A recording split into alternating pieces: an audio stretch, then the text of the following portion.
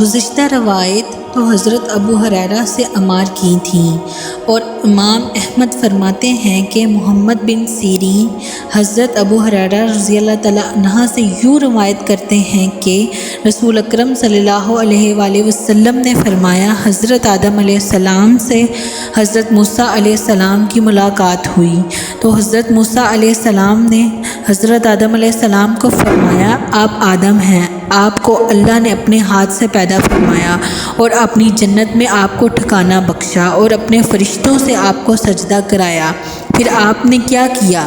تو حضرت آدم علیہ السلام نے حضرت موسیٰ علیہ السلام کو جواب عنایت فرمایا، آپ وہ ہیں جس سے اللہ نے کلام کیا اور اس پر اپنی کتاب تورات نازل فرمائی۔ فرمایا جی ہاں۔ تو پھر حضرت آدم علیہ السلام نے فرمایا، تو کیا آپ اس میں یہ لغزش میری پیدائش سے 40 سال پہلے لکھی نہیں پاتے؟ فرمایا جی ہاں۔ پھر حضور اکرم صلی اللہ علیہ وآلہ وسلم نے فرمایا، آدم اور موسیٰ پر غالب آ گئے۔ رسول اکرم صلی اللہ علیہ وآلہ وسلم نے فرمایا، حضرت آدم علیہ السلام اور موسیٰ کی بحث ہوئی تو حضرت موسیٰ علیہ السلام نے حضرت آدم علیہ السلام کو فرمایا، اے آدم، آپ ہیں وہ جس نے اپنی ذریت اولاد کو جہنم میں داخل کرا دیا۔ تو حضرت آدم علیہ السلام نے فرمایا، اے موسیٰ، آپ کو اللہ نے اپنی رسالت اور ہم کلامی کے لیے چنا اور تورات آپ پر نازل فرمائی، تو کیا آپ نے اس میں پایا کہ میں اتارا جاؤں گا؟ فرمایا جی ہاں۔ تو حضور صلی اللہ علیہ وآلہ وسلم نے فرمایا، پس حضرت آدم علیہ السلام موسیٰ پر غالب آ گئے، اور حضرت موسیٰ علیہ السلام کی یہ بات کہ آپ نے اپنی اولاد کو جنت میں داخل کروا دیا، اس میں اجنبیت ہے، بظاہر یہ منقول نہیں۔ حضرت عمر بن خطاب رضی اللہ تعالیٰ عنہ سے بھی کچھ یوں مروی ہے کہ رسول اکرم صلی اللہ علیہ وآلہ وسلم نے فرمایا، موسیٰ علیہ السلام نے بارگاہ خداوندی میں دعا کی کہ اے میرے پروردگار، ہمیں حضرت آدم علیہ السلام دکھلائیے جنہوں نے ہم کو اور اپنے آپ کو بھی جنت سے نکالا۔ تو اللہ رب العزت نے حضرت آدم علیہ السلام کو ان کو دکھلا دیا۔ تو حضرت موسیٰ علیہ السلام نے ان سے پوچھا، آپ آدم ہیں؟ فرمایا جی ہاں۔ پھر حضرت موسیٰ علیہ السلام نے پوچھا، آپ ہی ہیں وہ جن میں اللہ نے اپنی روح پھونکی اور آپ کو فرشتوں سے سجدہ کروایا اور آپ کو تمام نام سکھائے؟ فرمایا جی ہاں۔ تو پھر حضرت موسیٰ علیہ السلام نے ملامت کی کہ پھر آپ کو کس چیز نے اس بات پر اکسایا کہ آپ نے ہم کو بھی خود کو بھی جنت سے نکلوا دیا؟ تو حضرت آدم علیہ السلام نے حضرت موسیٰ علیہ السلام سے فرمایا، آپ کون ہیں؟ کہا، میں موسیٰ ہوں۔ آدم علیہ السلام نے فرمایا، آپ بنی اسرائیل کے پیغمبر موسیٰ ہیں، آپ ہی ہیں جس سے اللہ نے پردے کے پیچھے سے راز و نیاز کی اور آپ کے اور اپنے درمیان کوئی قاصد نہیں مقرر کیا؟ حضرت موسیٰ علیہ السلام نے جواب دیا، جی ہاں، ایسا ہی ہے۔ تو پھر حضرت آدم علیہ السلام نے فرمایا، تو کیا آپ مجھے اس بات پر الزام ٹھہراتے ہیں جو اللہ عز و جل کی طرف سے مجھ پر پہلے سے لکھ جا چکی تھی؟ پھر رسول اکرم صلی اللہ علیہ وآلہ وسلم نے فرمایا، آدم موسیٰ پر غالب آ گئے۔ اس اسناد میں کوئی حرج اور کمی نہیں ہے، واللہ علم۔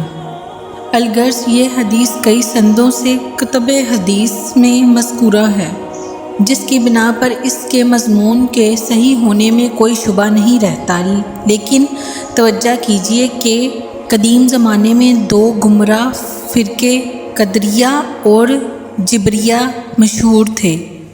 قدریہ کا تو کہنا تھا کہ انسان اپنے افعال کا خود خالق ہے، اللہ کے فعل کا اس میں کوئی دخل نہیں، یعنی انسان جو چاہے کر سکتا ہے، اللہ چاہے یا نہ چاہے۔ جبکہ دوسرا فرقہ جبریہ اس کے برعکس یہ کہتا تھا کہ انسان مجبور محض ہے، خود کچھ نہیں کر سکتا، بلکہ یہ پتھر کی طرح ہے۔ اور حقیقت یہ ہے کہ دونوں باتیں بالکل غلط ہیں، کیونکہ صحیح اسلامی عقیدہ جو قرآن و احادیث سے ماخذ ہے وہ یہ ہے کہ اللہ سب چیزوں کا خالق ہے، خواہ انسان کے اعمال افعال کیوں نہ ہوں، جیسے کھانا کمانا وغیرہ۔ لیکن پھر اللہ نے بندے کو ایک گو نا اختیار مرحمت فرمایا ہے کہ چاہے تو کرے چاہے نہ کرے، جیسے حضرت علی رضی اللہ تعالیٰ عنہ سے پوچھا گیا کہ انسان کو کس قدر اختیار ہے؟ آپ نے فرمایا اپنا پاؤں اٹھاؤ۔ سائل نے اٹھا لیا، پھر آپ نے فرمایا دوسرا بھی اٹھاؤ۔ سائل نے عرض کیا ایسے تو نہیں ہو سکتا، تو پھر آپ رضی اللہ تعالیٰ عنہ نے فرمایا کہ بس یہ اس طرح ہے، یعنی نہ پورا مجبور ہے نہ پورا اختیار ہے۔ تو خیر اب عرض یہ کرنا ہے کہ یہ احادیث جن میں حضرت موسیٰ اور حضرت آدم علیہ السلام کے درمیان مناظرہ ہوا، تو اس حدیث کی صحت سے ہی انکار کر دیا ہے، کیونکہ یہ ان کے فاسد عقائد کی تائید نہیں کرتی، اور فرقہ جبریہ نے اس سے اپنے غلط عقیدے پر بڑے شرومت کے ساتھ دلیل پکڑی ہے۔ اگرچہ ظاہری طور پر ایسا ہی معلوم ہوتا ہے کہ حضرت آدم علیہ السلام نے اپنی لرزش کو تقدیر پر منحصر کیا، اگرچہ ایسا نہیں ہے۔ اس کا جواب ہے، علماء فرماتے ہیں کہ حضرت آدم علیہ السلام نے جواب میں تقدیر پر سہارا اس وجہ سے لیا کہ وہ توبہ کر چکے تھے، اور توبہ کرنے والا ایسا ہے جیسے اس کا کوئی گناہ ہو ہی نہیں۔ الحدیث، لہٰذا گناہ کرتے وقت کسی کو یہ کہنا کہ تقدیر میں لکھا ہے سراسر غلط ہے اور گناہ ہے۔